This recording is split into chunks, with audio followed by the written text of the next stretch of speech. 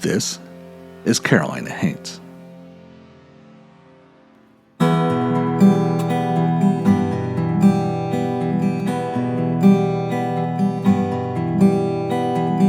Carolina Haints presents Folk, a show about our stories. I'm your host, Dan Sellers.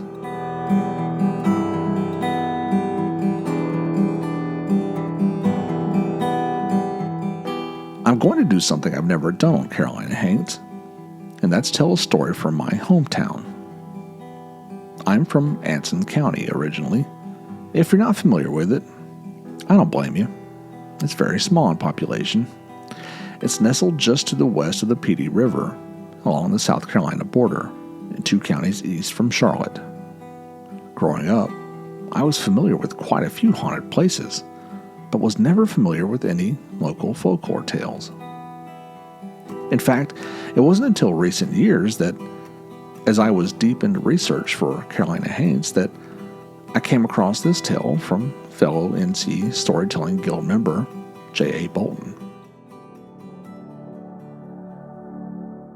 I've been able to find a few more resources since then, but each telling is essentially the same. I only mention it because I can't really speak for the etymology of this story or exactly how long it's been told, but it's pretty great. A perfect piece of folklore for this show, and it goes a little something like this.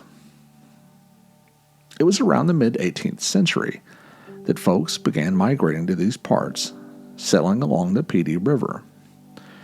It may be hard to fathom it now, but back then, this was frontier land, and everything they had, they built by hand.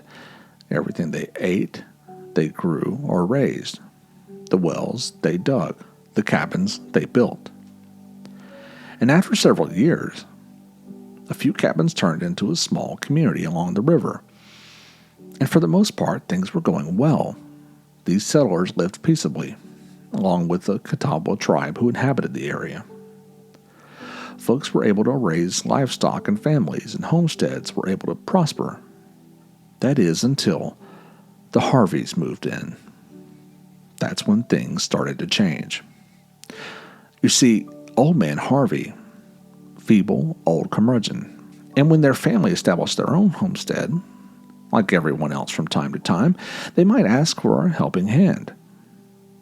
Mr. Harvey was known to come shambling around to ask for some flour or eggs from his neighbors to help get by, and for the most part, his neighbors, being the good Christian people they were happy to oblige the elderly gentleman.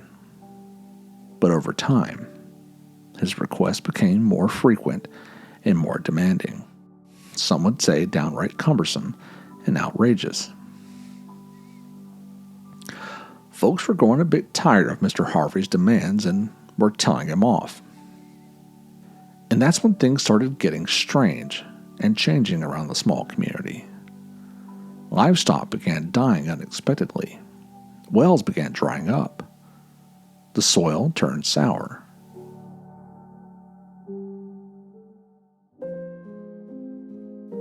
One day, old Mr. Harvey approached a young wife and mother while her husband was away from home. Various tellings typically call her Sally, so Mr. Harvey approached Sally, startling her, and she was taken aback but thought the old man was virtually harmless. She expected him to ask for a cup of tea or something, but he pointed to her prized milking cow and flat out told her that she had to give it to him. Surely, Sally thought, the old man must be joking, but the look on his face was dead serious. She made it plainly known that in no uncertain terms would she be giving him her favorite milking cow. She shooed him off and told him to go back home. So he did, but as he was leaving, he told Sally that if she didn't give it to him, the cow wouldn't be of any use to her. Sally just chalked it up as more crazy things coming from a senile old man. But I'm sure you can see where this is going. The next day, Sally found her milking cow appeared sick. It wasn't eating. It was losing weight at a rapid pace. and the milk it was producing was filled with blood. Sally knew exactly who was to blame for this turn of events. And despite her contempt for Mr. Harvey, she didn't want to see the animal suffer or its milk go to waste. She did the difficult thing and delivered it over to the Harvey farm, as she was ordered. After a few days under the care of Mr. Harvey, the cow made a miraculous recovery. It was eating grass again and putting on weight and producing gallons of healthy milk. Sally tried to take the cow back when Mr. Harvey told her if she did, the cow would be dead by the time they made it back. The look he gave her sent a chill down her spine. She knew there was some sort of sorcery at work here, and it scared her to death. She called him a warlock and told him never to set foot on her farm again. Then Sally ran home in tears. When Sally's husband returned home, she told him the story, and they agreed the only solution was to avoid old Mr. Harvey at all costs. And for the most part, the plan worked, until Sally's husband had to once again leave to help build the community church. Sally caught the warlock on her farm, eyeing one of her full-grown hogs. She ran out of the cabin where she was tending to the hearth and shouted at him to get out of her pen and to never come back. He agreed that he would, if she would only give him her largest hog, the one ready for slaughter. Of course, Sally declined this request and threatened the old man. He then turned his eye back to Sally and gave a threat of his own, saying that if she refused him, the pig would be no good for her. Well, Sally's already been down this road before and didn't like where it led her. She'd rather take her chances and not benefit the old warlock if she could help it. She pointed her husband's hunting rifle at Mr. Harvey and demanded that he vacate her farm immediately. He obliged. And as his feet crossed the barrier between Sally's property and the woods, the fattened pig, healthy and boisterous, stopped rooting in the mud, let out a huge squeal, and then fell over dead. Sally was so frightened, but she did the only thing she could do. She butchered the pig and began curing its meat. Well, it didn't take long to realize that the pig's meat smelled rotten. Before the ham could even cure, it had spoiled. Old Mr. Harvey had crossed the line this time. Her family's livelihood was at stake. Sally asked another neighbor for advice. This neighbor had migrated from the South Carolina Low Country and had brought some hoodoo remedies with him. They told Sally to paint a picture of the warlock on the side of her barn, and that whenever she wanted to harm him, to shoot it with a silver bullet. Well, Sally painted the picture on the barn as instructed, but didn't do anything to harm it, as she was a good woman after all and never wanted to harm anyone. But as the weeks passed by, and conditions seemed to worsen on the homestead, she finally broke down and asked her husband to melt down a silver spoon that had been passed down to their family for generations. He reluctantly did so and fashioned a bullet for his wife, which she used to shoot the side of the barn, as she was instructed.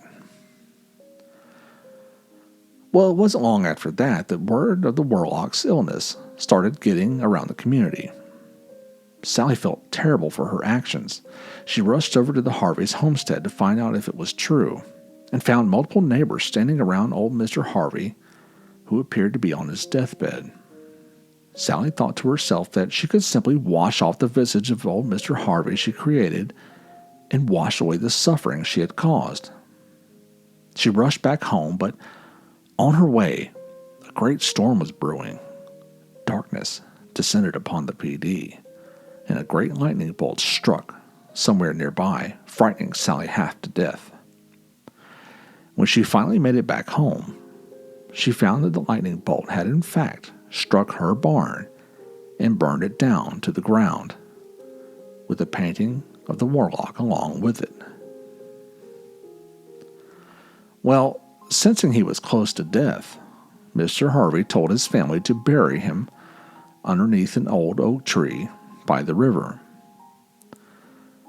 He went on to say that when lightning strikes that oak tree, they'll know he's in hell. And those were his last words. His family followed his instructions and buried him under the oak tree. And it was the following day that they finally gained confirmation that the Warlock of the Pee Dee was dancing in hell with the devil. The smoke from the oak tree that had been struck by lightning could be seen for miles, and folks around the Pee Dee took it with a sigh of relief.